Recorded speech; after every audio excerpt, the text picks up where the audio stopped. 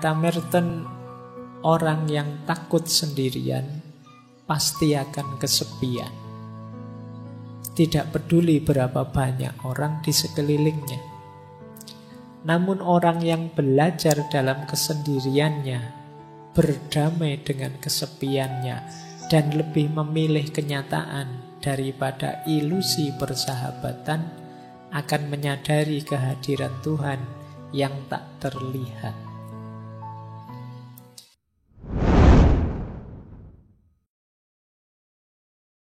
Oke, kita lanjutkan. Nah, yuk, tadi kan yang ruwet-ruwet, kesendirian, kesepian. Kita lanjutkan ya perjalanan kita ke ranah positifnya kesendirian. From loneliness to solitude. Bagaimana mengubah kesendirian yang tadi kesepian menjadi kesendirian yang bermanfaat, berguna untuk diri kita. Tapi sebelum itu, mari kita lakukan 5 hal ini. Biar kesendirian kita positif. Yang pertama, ayo kita terima dan kita renungi. Jadi acceptance and reflection. Aku kok merasa sendiri, aku ini kok kesendirian, akarnya apa, sebabnya apa, yang menyebabkan situasi ini apa, mentalku kah, lingkungan kah, atau apakah. Jadi ada refleksinya. Kalau sudah terus self-development itu meningkatkan diri.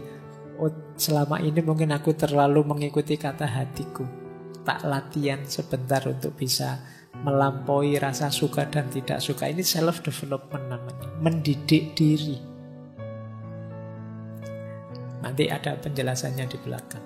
Yang ketiga, action. Apapun yang terjadi, meskipun sedang kesepian, jangan berhenti berkarya, jangan berhenti bertindak, berperilaku, melakukan apa yang kita inginkan. Jadi acceptance, reflection, self-development, action, dan social support. Tetap berinteraksilah dengan orang lain untuk dapat dukungan. Setidaknya dukungan semangat, dukungan supporter yang menegaskan bahwa masih ada kok orang yang peduli dengan kita. Kita masih ada kok teman meskipun tidak terlalu memahami kita misalnya. Itu social support. Dan yang kelima bisa lewat jalur spiritualitas. Jangan lupa, sesepi apapun hidup kita, masih ada Allah. Nah, ini nanti puncaknya nanti ke sini ya. Terakhir saya ingin ngomong ini. Tapi itu tadi, hidupkan dulu, nyalakan dulu 4 yang pertama. Terimalah, kalau mampu renungilah. Kemudian perbaiki diri kalau memang harus ada yang diperbaiki. Jalankan, tetap beraktivitas, berkarya. Biar tidak runtuh kebanggaanmu pada dirimu. Setelah itu yakinlah bahwa akan selalu ada orang yang siap mendukung.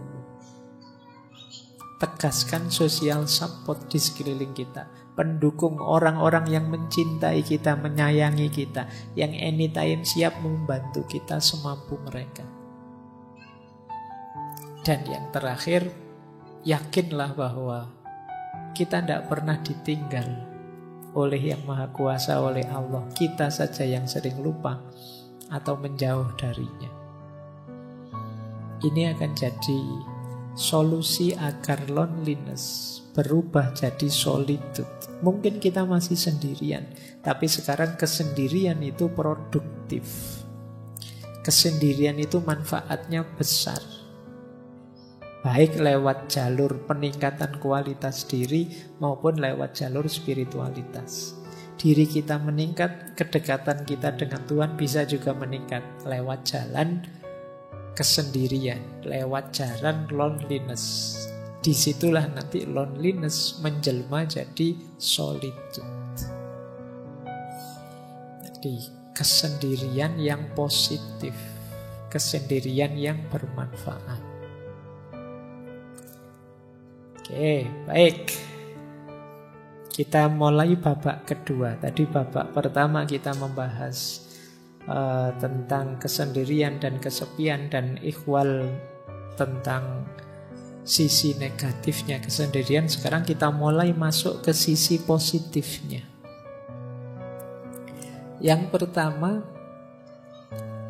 ada banyak norma moral maupun norma agama yang mengarahkan kita untuk sendiri dan menganggap kesendirian itu adalah keutamaan.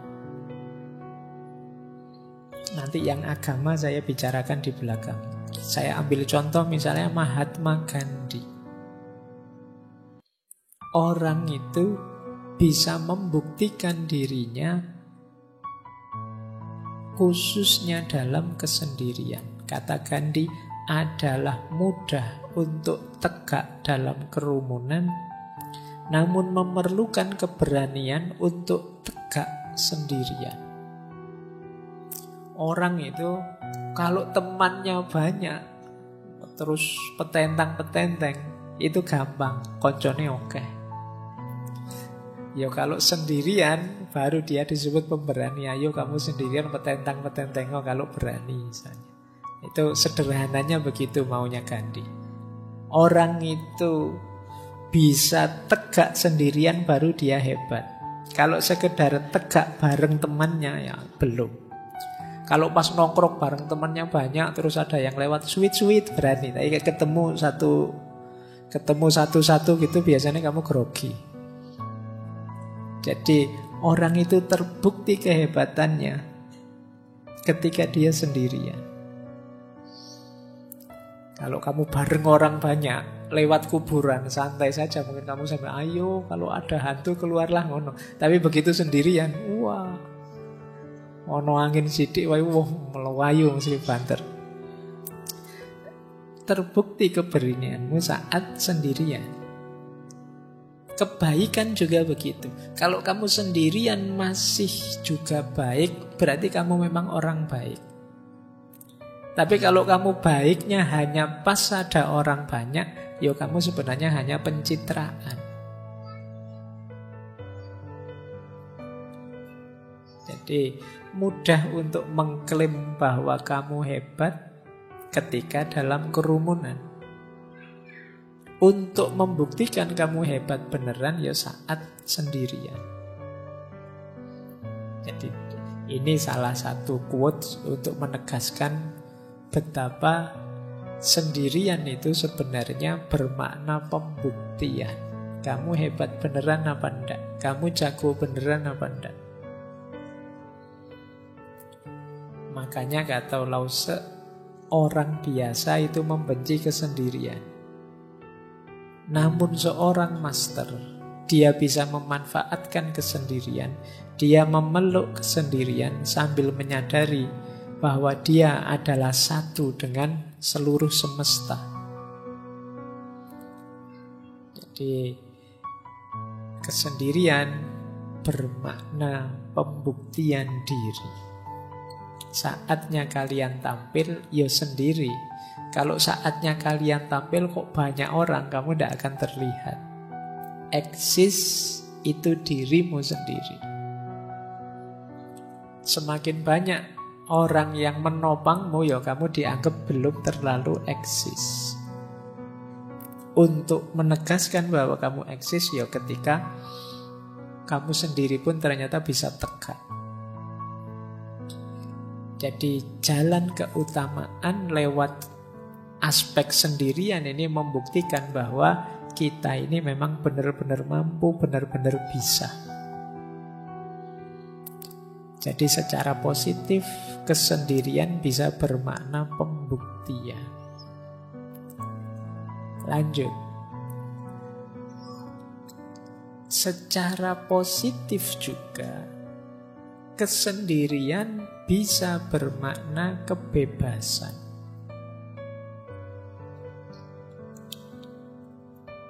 Tadi sudah sekilas dijelaskan di Sartre bahwa hadirnya orang lain itu seringkali membelenggu kita. Di sini ditambahi oleh Arthur Schopenhauer yang sering kita kutip, filosof eksistensialis. Kata Arthur, seseorang bisa menjadi dirinya sendiri hanya selama dia sendirian. Dan jika dia tidak menyukai kesendirian, dia tidak akan menyukai kebebasan. Karena hanya ketika dia sendirian, dia benar-benar bebas. Ini bebas ini maknanya dua. Bebas dalam arti kita bisa melakukan apapun tanpa terhalangi, atau bebas dalam arti kita bisa melakukan apapun tanpa bantuan orang lain. Jadi ini pembuktiannya lewat apa? Lewat kesendirian. Mampu apa tidak sendirian. Dan diilustrasikan dengan unik oleh Leonardo da Vinci. Kata Leonardo da Vinci, jika engkau sendirian, engkau sepenuhnya memiliki dirimu sendiri. Jika engkau ditemani oleh satu pendamping, engkau hanya memiliki sebagian dari dirimu sendiri, bahkan kurang, sebanding dengan kesembronoan perilakunya. Dan jika engkau memiliki lebih dari satu pendamping, engkau akan jatuh lebih dalam ke dalam penderitaan yang sama.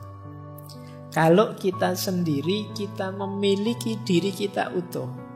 Tapi kalau ada teman satu saja, ya kita memiliki diri kita setengah. Yang setengah miliknya teman tadi. Kita kan berusaha mengadaptasikan dengan teman.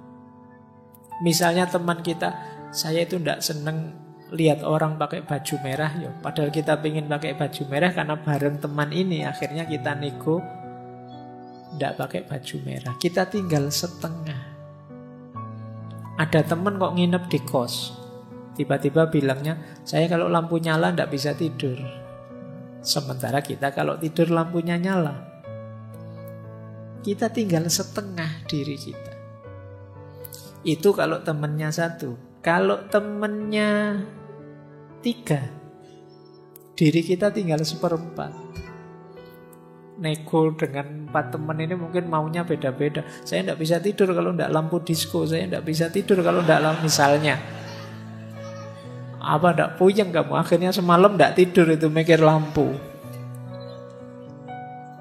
Jadi semakin banyak orang, ya semakin banyak negosiasi.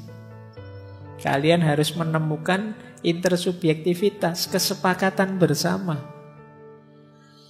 Semuanya bilang saya tidak bisa tidur kalau begini, saya tidak bisa tidur kalau begitu. Ya sudahlah, kita semua malam ini tidak usah tidur. Kita ngobrol saja. Ini negosiasi. Dalam hidup bersama memang begitu. Makanya semakin kita sendirian, semakin kita bebas. Ya meskipun tidak harus dengan kalimat orang lain adalah neraka, seperti yang disampaikan oleh Sartre. Jadi makna positif kedua, kalau tadi kan kesendirian itu pembuktian diri, kalau ini kesendirian itu kebebasan. Semakin kita sendiri, semakin kita bisa bebas. Baik. Hujan kah? Bukan. Kita lanjutkan. Yuk. Nah, pembuktian diri sudah, kebebasan sudah. Makna positif kesendirian selanjutnya adalah pemenuhan diri. Pemenuhan diri itu maksudnya kita ingin jadi apa? Kita ingin membuat diri kita selevel apa? Itu sebagian besar jalurnya adalah kesendirian. Contoh misalnya, saya ambil quote-nya Picasso. Kata Picasso, pelukis aliran kubisme yang terkenal sekali. tanpa kesendirian yang luar biasa, tidak ada pekerjaan serius yang mungkin dilakukan. Kalau kalian garap skripsi kan sendirian. Kalau pas temenmu banyak di kamar, ndak jadi garap skripsi. Ngobrol mesti. Saya ndak sendirian, juga ndak banyak teman, Pak. Berdua, Pak. Kalau berdua ndak jadi skripsi. Mungkin jadi yang lain.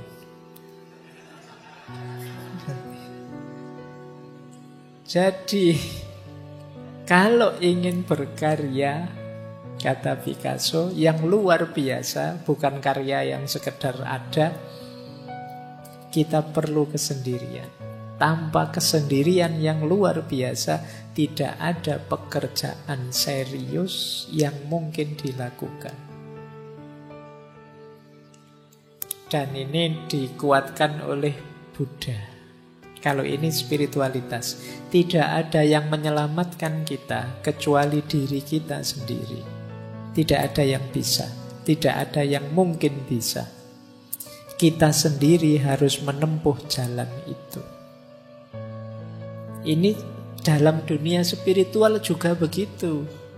Kalau kita tidak berjalan menuju Allah sendiri, sehebat apapun guru kita, sedahsyat apapun torekot kita, aliran kita, tidak terlalu manfaat. Kalau kitanya sendiri tidak jalan. Jadi perjalanan spiritual pun sendirian. Meskipun ada yang ngasih petunjuk, ada yang nuntun, ada yang menemani, tapi masing-masing berjalan di jalannya sendiri-sendiri. Tidak bisa diwakilkan.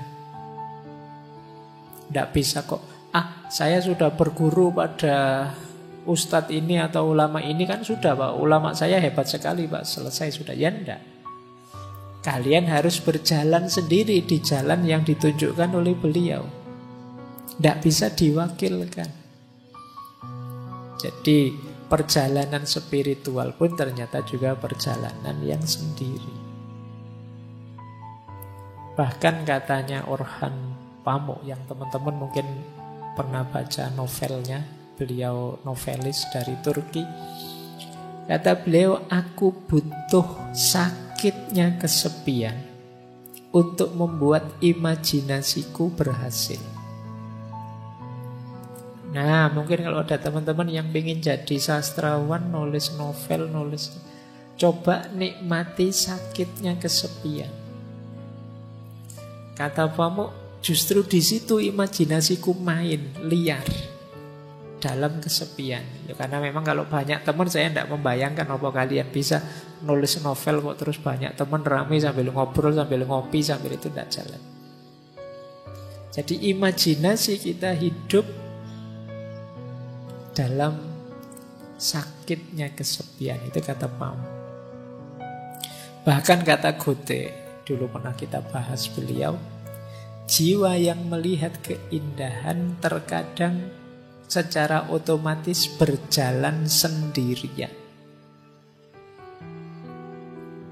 Orang yang menemukan sesuatu yang indah, biasanya dia tidak pakai mikir lagi, ingin meraih yang indah itu, meskipun banyak orang lain menganggap itu tidak indah.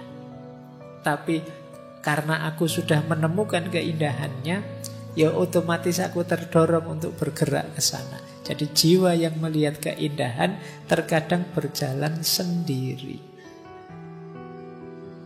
Berjalan sendiri otomatis mengejar keindahan itu. Jadi makna positif dari kesendirian yang ketiga adalah pemenuhan diri.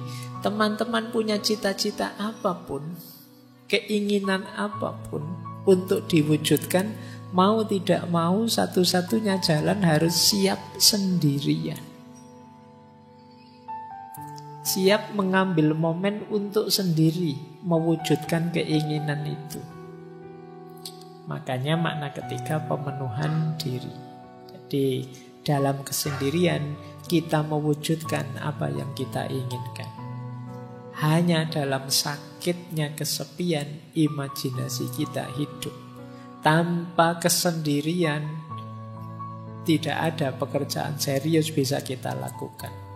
Tanpa berjalan sendiri, sehebat apapun konsep, sehebat apapun teori, tidak akan ada gunanya. Jadi disinilah pentingnya kita sendiri. Para ulama zaman dulu itu bahkan banyak yang sampai akhir hayatnya tidak menikah. Meskipun jangan dipakai alasan teman-teman. Kalau beliau-beliau itu karena ilmu, saking cintanya sama ilmu, ingin meraih banyak hal di dunia ilmu dan menempuh jalan sendirian. Kalau teman-teman mungkin beda ceritanya. Tapi ini beberapa ulama begitu. Mereka memenuhi keinginannya dengan suluknya apa sendirian. Mengambil jalan kesendirian. Nah, oke, babak kedua selesai. Sekarang babak ketiga. Yang kedua tadi nilai-nilai positif dari kesendirian. Sekarang from solitude to spiritual awareness. Dari kesendirian yang positif tadi, sekarang kita bawa naik menuju Tuhan. Menuju kesadaran spiritual. Sejauh mana kesendirian kita bermakna spiritual. Nanti kita akhiri dengan beberapa wawasan dari Imam Ghazali.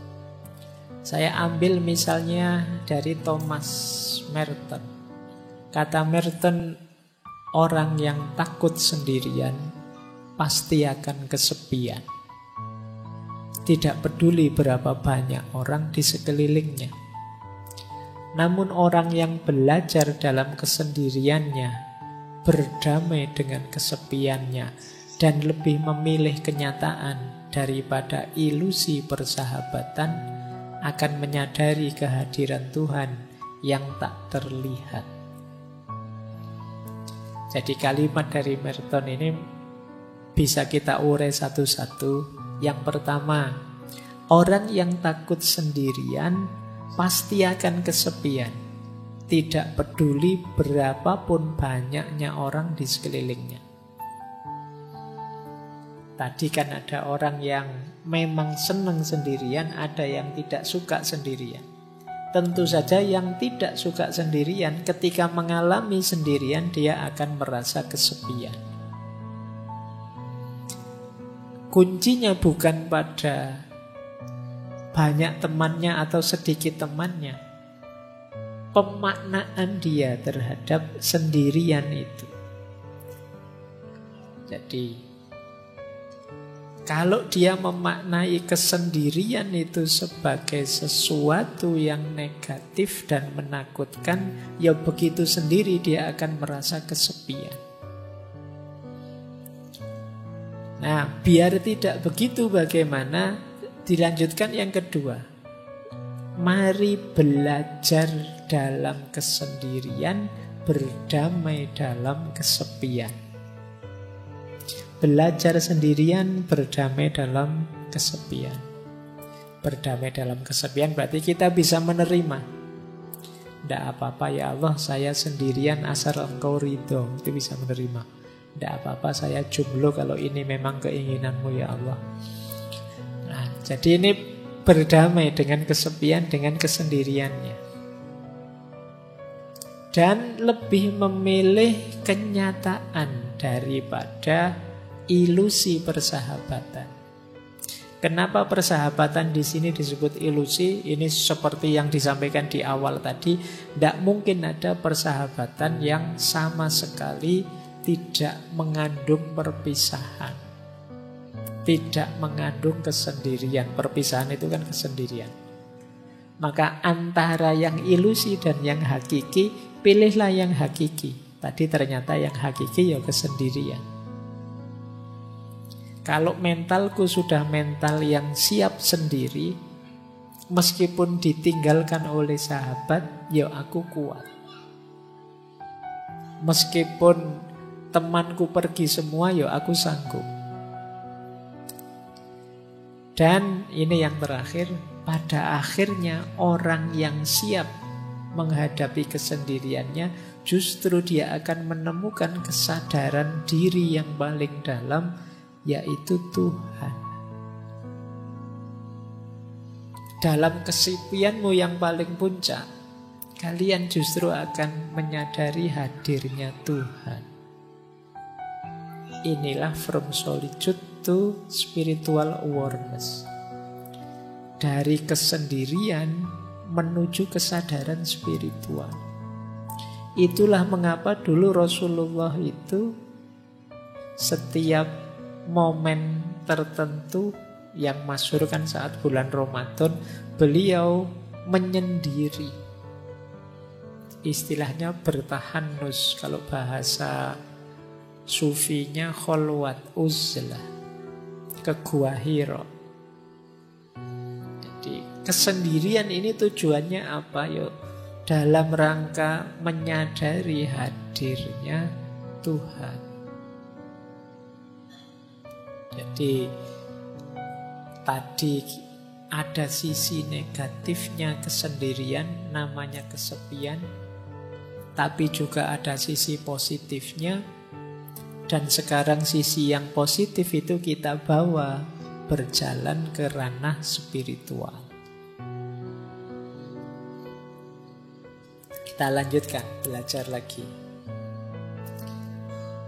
Kata Osho lagi tadi, Osho sudah kita kutip ya. Perjalanan ke dalam diri adalah perjalanan menuju kesendirian yang absolut. Engkau tidak dapat mengajak orang lain ke sana bersamamu. Ini sama dengan Hermann Hesse yang menulis novel tentang Buddha. Kita harus menjadi sendiri, sangat sendiri. Lalu kita menarik diri ke dalam diri yang terdalam. Mungkin rasanya sangat sepi. Ini memang jalan penderitaan yang pahit. Tetapi kemudian kesendirian kita akan teratasi. Kita tidak lagi merasa kesepian. Karena kita menemukan bahwa dalam diri kita yang terdalam ada jiwa, yaitu yang ilahiyah yang tak terpisahkan. Lalu kita menemukan diri kita berada di tengah-tengah dunia, namun tidak terganggu oleh keserbaragamannya. Karena jiwa kita yang paling dalam itu membuat kita tahu bahwa diri kita adalah menjadi satu dengan semua makhluk. Jadi kesadaran spiritual itu nanti bertahap. Yang pertama, kesadaran bahwa hakikatnya kita sendiri. Karena hakikatnya kita sendiri, terus kita masuk ke dalam diri. Saat kita masuk ke dalam diri, di situ kita ketemu inti diri kita yang sifatnya ilahiyah, yang disebut ruh. Kesadaran ruhaniyah ini, kalau memang sudah kita pahami, pada akhirnya kita akan kembali lagi ke dunia, tapi sudah tidak tergoda lagi. Dengan kesadaran bahwa semua makhluk hakikatnya satu, yaitu ciptaannya Allah, citranya Allah, citranya Tuhan. Inilah from solitude to spiritual awareness. Jadi diawali dari sendiri, sendiri yang tidak kesepian, dilanjutkan dengan perjalanan ke dalam diri, dipuncai dengan kesadaran ilahiyah, diterapkan dalam hidup sehari-hari, yang tidak merasa ada bedanya semua makhluk dan tidak tergoda oleh warna-warni duniawi. Inilah from solitude to spiritual awareness. Konkretnya apa? kalau dalam dunia tasawuf uzlah. Ada 3 istilah dalam dunia tasawuf yang dekat dengan uzlah. Ya, yang pertama uzlah itu sendiri, yang kedua zuhud, yang ketiga kholwat. Zuhud itu kondisi jiwa yang tidak tergoda oleh hal-hal duniawi. Kalau uzlah itu menjauhkan diri dari keramaian, kalau kholwat itu memisahkan diri dari keramaian, berdua dengan yang dicintai, yaitu Allah.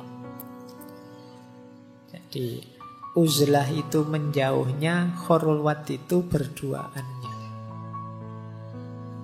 Kemudian dari sini bisa melahirkan jiwa yang zuhud, jiwa yang tidak tergoda oleh hal-hal duniawi. Jadi ternyata kesendirian tadi bisa jadi, kalau bahasa tasawufnya, salah satu mode suluk perjalanan kita untuk menuju Allah. Jadi yang tadi berawal dari kondisi jiwa, psikologi kita, ternyata bisa kita manfaatkan untuk perjalanan ilahiyah. Kesendirian kita ternyata bisa bermakna spiritual. Kita lihat ya, ini ayatnya. Jadi mana sih ayat yang menyarankan kita memperhatikan diri kita sendiri, jangan terlalu sibuk dengan orang lain? Ada di surat Al-Maidah ayat 105. Wahai orang-orang yang beriman, ya ayyuhalladzina amanu alaikum anfusakum. Alaikum anfusakum itu ya atas diri kalian, jiwa-jiwa kalian diri. Maksudnya apa? Perhatikanlah diri kalian sendiri. La yadurrukum man dhalla idza tadaitum. Tidak mungkin bisa membahayakanmu, mencelakakanmu orang-orang yang sesat kalau kalian sudah mendapat petunjuk. Berarti apa? Tadi jiwa kita ini ayo kita bawa untuk memperoleh hidayah, memperoleh petunjuknya Tuhan. Kalau sudah sampai level itu, tidak akan yang ada yang bisa menggoda kita, membahayakan kita. Jangan lupa, ilallahi marji'ukum jami'an. Kepada Allah lah kalian semua akan kembali. Fayunabbi'ukum bima kuntum ta'malun. Yang saat kembali nanti akan diberitahu kalian apa saja yang sudah kalian kerjakan. Jadi ayat ini menegaskan keutamaan ayo memperhatikan diri kita sendiri dulu, sendirian dulu, sampai kita kuat, sehingga tidak ada yang bisa menggoda kita, membahayakan kita, karena kita sudah mendapat petunjuk ilahiyah. Ini biasanya dipakai dalil uzlah. Boleh dicek nanti di Ihya-nya Imam Ghazali. Ini loh keutamaannya uzlah, keutamaannya sendirian. Ya, uzlah di sini boleh kalian ganti kesendirian, boleh kalian ganti jomblo, boleh kalian. Jadi kalau ada tanya ini keutamaannya sendiri. Yang pertama apa? Ada kesempatan lebih banyak untuk beribadah dan bertafakkur. Tentu saja kalau banyak teman terus-terusan bareng orang lain, kesempatan ibadahnya kan bukan tidak ada tapi terbatas. Untuk bertafakkur juga sulit fokus kalau banyak orang di sekeliling kita. Maka sendirian itu nikmat. Jadi kalau teman-teman nanti pulang dari kos-kosan, ya Allah di kamar kos ini sendirian, itu berarti nikmat. Alhamdulillah sendirian. Coba ada teman, aku repot ini harus melayani teman. Jadi kesendirian itu nikmat. Saatnya kalian memperbanyak ibadah, memperbanyak tafakkur. Ini kesempatan tidak datang berulang-ulang. Mungkin besok sudah ada teman. Yang kedua, mari kita syukuri kesendirian itu, karena itu berarti kita lepas dari dosa yang berhubungan dengan kemasyarakatan. Ghibah misalnya, gosip. Kalau sendirian kan tidak mungkin gosip. Apa ada orang ngerumpi kok sendirian, kan tidak ono. Mesti ada temennya. Kalau kalian gosip kok sendirian, itu ya namanya bukan gosip. Jadi kita bersih dari ghibah. Kemudian yang kedua, kita tidak kena amanat amar ma'ruf nahi mungkar. Kan kita itu wajib beramar ma'ruf nahi mungkar. Wahai orang-orang, ayo menuju kebaikan, ayo sholat, ayo. Kalau nggak ada orang lain kan ini nggak ada perintahnya untuk mau amar ma'ruf ke siapa, nggak ada orang lain. Yo, kita bebas dari ini. Tapi kalau banyak orang, kita ada amanat untuk amar ma'ruf nahi mungkar. Ini sebenarnya saya ambil dari Ihya. Yang ketiga, riya. Kita pamer itu kan pada orang lain. Kalau tidak ada orangnya kita tidak pamer. Sedang sendirian saja kan kita tidak pamer. Kalau mau keluar ketemu orang kan kita pamer, kita dandan lah, kita apalah. Tapi kalau pas sendirian kan tidak. Terus yang keempat, kita terlindungi dari perilaku-perilaku buruk. Mengumpat, memfitnah, mencela. Tidak ada orang lain. Loh, paling tidak kan kita selamat dari 4 ini. Jadi teman-teman jangan mengeluh, jangan protes, jangan sedih kalau oleh Allah ditakdir jomblo abadi lama sekali. Kok tidak ada teman, ya Allah, tidak apa-apa. Itu kesempatan kita diberi fasilitas bebas dari dosa-dosa kemasyarakatan. Jadi alhamdulillah, itu kan gitu. Jadi ini utamanya uzlah, menjauh sebentar, dalam kesendirian kita mendekat pada Allah. Kemudian membebaskan diri kita dari pertengkaran dan perselisihan.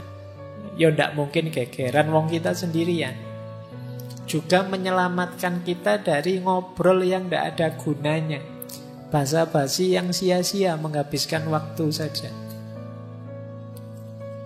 Jadi kalau tidak ada orang lain kan kita tidak mungkin ngobrol yang aneh-aneh ya. Sudah apa-apa ya to the point saja, sudah sesuai yang kita inginkan ya. Kalau mau ibadah ya ibadah, mau tafakur ya tafakur.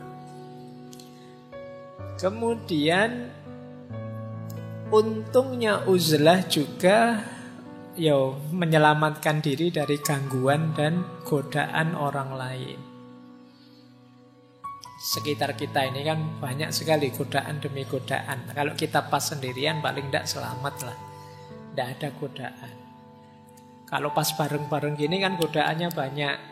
Kalian misalnya ngelirik, wah HP-nya baru, HP-ku kalah, ini sembunyiin aja. Ini kapan ya aku bisa beli HP baru? Tadi nggak mikir gitu, sekarang jadi mikir itu. Waduh, temanku sekarang sudah sukses, kapan ya aku suksesnya? Tadi nggak mikir itu, sekarang mikir itu. Wah, temanku pasangannya kok cakep, aku kapan ya dapet? Itu karena berinteraksi. Jadi ada untungnya ternyata kita uzlah, menjauh. Kemudian yang kelima,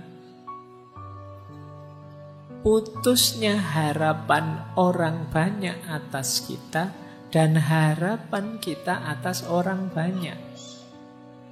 Karena kita agak terpisah dari mereka, ya orang banyak tidak lagi berharap pada kita.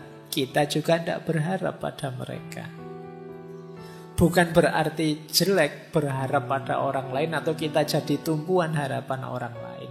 Tapi kadang-kadang kalau lupa batas seperti yang saya jelaskan di depan tadi, ini bisa jadi sumber kesedihan, sumber stres. Orang lain berharap kita itu ya wong mahasiswa, mbok yo hidup yang tertib. Kalau adzan ya ke masjid. Kalau itu kan mungkin orang lain berharap itu dan kita tertekan dengan itu. Kita juga berharap masyarakat itu mbok ya begini begitu. Tapi begitu kita uzlah, harapan-harapan yang macam-macam tadi sudah tidak ada. Wong kita tidak lagi berinteraksi dengan mereka. Jangan lupa uzlah ini bukan berarti untuk selamanya kita berpisah dengan masyarakat. Uzlah ini lebih pada melatih jiwa kita, melatih diri kita agar tidak mudah tergoda, agar kuat. Pada saatnya mungkin kembali ke tengah masyarakat kita sudah kuat. Jadi uzlah ini ada ya pakai istilah bagian dari riyadoh, latihan, melatih jiwa.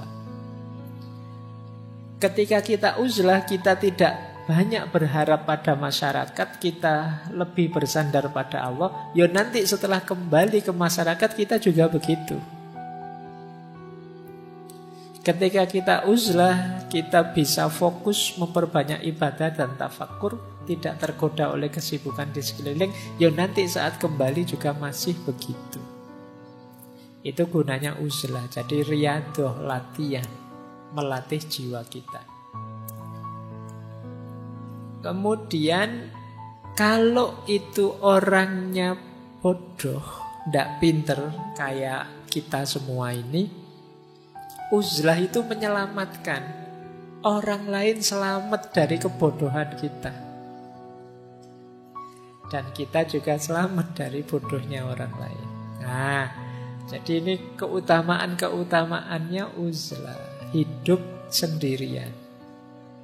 Ini bisa kalian cari keutamaan-keutamaan ini dalam Ihya Ulumuddinnya Imam Ghazali. Saya banyak ambil dari sana.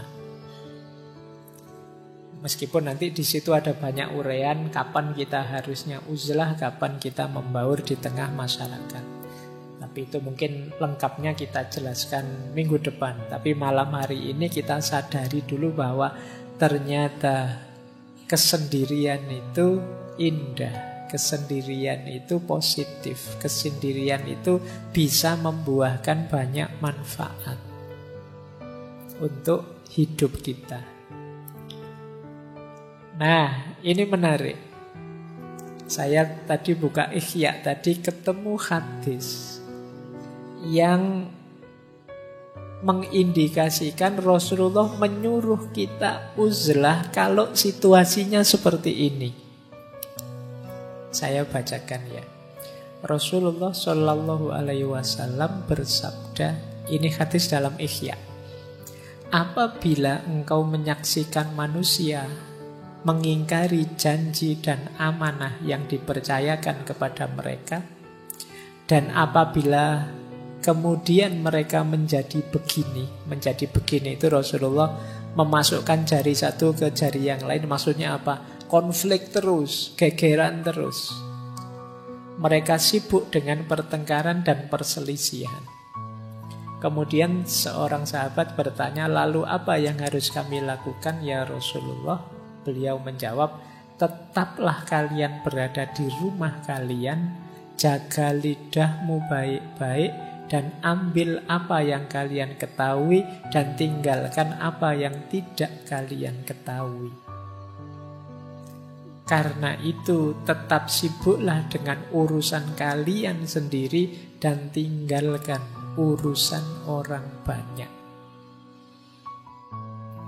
Hadis ini menarik ya. Jadi kalau situasinya orang yang diberi amanah kok terus banyak yang khianat, kemudian masyarakat secara umum sukanya konflik, gegeran aja. Saatnya kita nyari selamat untuk diri kita sendiri.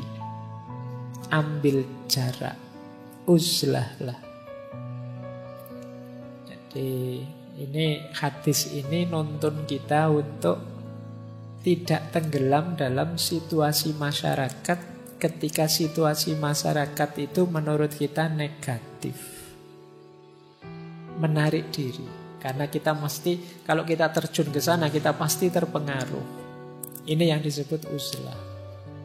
Ya silahkan teman-teman membaca situasi. Mungkin di masa yang akan datang ketemu situasi seperti ini, ya selamatkan diri kita sendiri lebih dulu. Dengan cara ini tadi, uzlah. Bahkan ada beberapa asar yang saya ambil juga karena menarik kalimatnya. Kesendirian lebih baik daripada sahabat yang buruk perilakunya. Kok punya sahabat kok buruk, mending sendiri saja. Atau qaulnya Ibnu Somad. Ibnu Somad punya kalimat menarik. Manusia itu seperti obat yang dengannya mereka menyembuhkan penyakit. Namun manusia masa kini telah berubah menjadi penyakit yang tidak lagi ada penawarnya. Karena itu larilah dari manusia banyak sebagaimana kalian lari dari singa. Ini juga anjuran untuk uzlah. Ya memang kita memerlukan orang lain. Manusia itu seperti obat bagi kekurangan kita. Tapi hari ini banyak manusia yang bukan obat tapi penyakit itu sendiri. Orang baik-baik ketika berinteraksi dengan orang lain jadi ketularan jahat. Nah, kalau situasinya seperti ini, ya jauhi saja mereka. Uzlahlah, menjauhlah. Rasulullah itu ketika sadar kondisi masyarakatnya yang jahiliyah, yang kacau, yang lupa pada Tuhan dan lain sebagainya, ya beliau uzlah, merenungi kondisi masyarakatnya. Jadi ini tuntunan-tuntunan untuk kita beruzlah, menjauh dari keramaian ketika situasinya memungkinkan. Jadi dari sini kelihatan ternyata ya menyendiri, menciptakan kesendirian untuk hidup kita itu kalau momennya tepat justru itu adalah sesuatu yang dianjurkan, mulia dan utama. Makanya sejak awal tadi saya bilang cari situasi yang pas ya. Cari kondisi yang pas. Baik, terakhir. Ini satu kalimat menarik. Mungkin teman-teman pernah dengar kalimat eagle flies alone. Great eagles fly alone. Great lion hunt alone. Great souls walk alone. Alone with God. Burung elang yang hebat itu terbangnya sendirian. Singa yang hebat juga berburu sendirian. Jiwa yang hebat berjalan sendirian. Tapi sendirian bersama Tuhan. Dari kalimat ini mungkin bisa jadi rangkuman semua yang di depan tadi. Bahwa kesendirian itu hebat kalau rumus dan dosisnya tepat. Tapi kalau rumus dan dosisnya meleset, dia akan membuahkan kesepian, dia akan membuahkan tekanan, stres yang merusak hidup kita. Maka pinter-pinterlah kita mencari formula yang tepat untuk meletakkan kapan aku harus sendiri, kapan aku harus berbaur.